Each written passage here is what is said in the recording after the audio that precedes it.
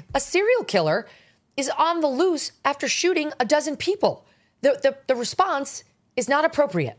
And there's sort of echoes of what Luigi Mangione did last year, where you have someone coming up, shooting folks and then walking away. Presumably this campus is blanketed with CCTV. And so that makes it, I think, Megyn, even more unbelievable that the FBI and local authorities projected such confidence in their detainment of a suspect. You can detain a suspect and not announce it.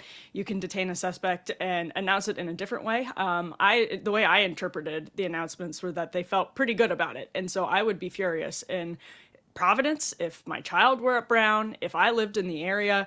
I would just be beside myself with anger, because I think they projected way, way, way too much security into the area. And on top of that, I mean, again, this is a campus. There's CCTV absolutely everywhere. So I don't understand how you feel good. I mean, Well, not on this building. Right. That's what they're saying, that this was an old building and it didn't have cameras. And I would imagine either way, going in and out of that area, that would be my understanding of a campus, is that even if the building doesn't have it, you should be able to figure out whether a person of interest is a serious person of interest, the type that you might announce to the public, or keep it, still under wraps to some extent. I think, unfortunately, there's an effort to get Kash Patel for political reasons inside of the FBI right now. I do think, unfortunately, this is also going to raise political questions for Kash Patel, because it looks like another rush. I don't know if that's the case yet, but it does really look like that. Well, people are pointing out that after Charlie was killed, they said that they had a person of interest in custody. It was that old guy who was very sussy, but he wasn't connected to the shooting as far as we know. And so they had announced that, and people were kind of like, that guy? Like the guy who was like, I have the right to remain silent. I have the right to remain silent. It was very strange that you kind of saw him as a potential accomplice maybe at that moment, but it didn't track as the actual shooter. And then they later kind of had to say, okay, didn't get that right.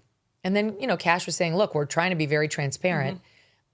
It's not great to have another one of those. If this guy was sitting in the hotel room with what appeared to be the two same guns that the shooting was committed with, which is what the early reports were, including one with a laser sight on it, which they described as unique. They must have had enough evidence from that cell tower triangulation team that they thought this guy was it. I mean, not for nothing, but that's the same team that they used to get the name of the January 6th pipe bomber, which I don't know if that should shore up their attempts in this case or should undermine faith in the January 6th case, but it is the same unit.